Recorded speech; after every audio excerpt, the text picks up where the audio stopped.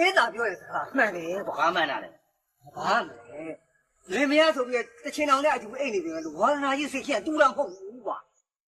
ဟဲ့ငါနဲ့အေးသာနဲ့ရလေမိဘတွေသဘောတူလို့ယူထားတာမဟုတ်ဘူးကွာ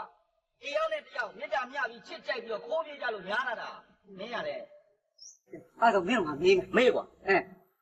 မင်းရဲ့သားဟိုခေါင်းဝီဆိုတဲ့ကြက်ကြီးနဲ့မင်းရဲ့မိန်းမအေးတာနဲ့ဘသူ့ကိုပို့ချစ်တယ်လေမင်းတော့ပြော ဒီမှာကြာငါကောင်ကြီးတောင်းဝေကိုငါပို့ချစ်တယ် ရှင်ပါပြောလေ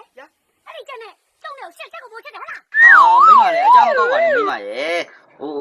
ကိုပြောပြမယ်ဟိုအေးသာလည်းအိမ်အတွက်ဝင်ငွေတစ်ဖက်တစ်လန့်ရှာပေးနေသလိုဟောဤငါကောင်ကြီးတောင်းဝေရလေသူတတ်ထားတဲ့ပညာနဲ့တစ်ဖက်တစ်လန့်နေဝင်ငွေကိုရှာပေးနေတာလေဟောအေးသာတဲ့သူ့ကိုမတိမတာလေးပို့ချစ်သွားတယ်တတ်မဲ့တစ်ခုတော့ရှိတယ်အေးသာဒီဘက်တောင်းဝေကြီးကဒီဘက်တစ်ဖက်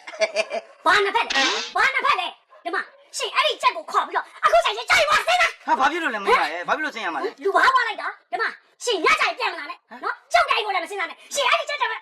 ရှင်တော့ အတိပါလေအမလေးတိပါလေတိပါလေဟဲ့ဟဲ့အော်ငါ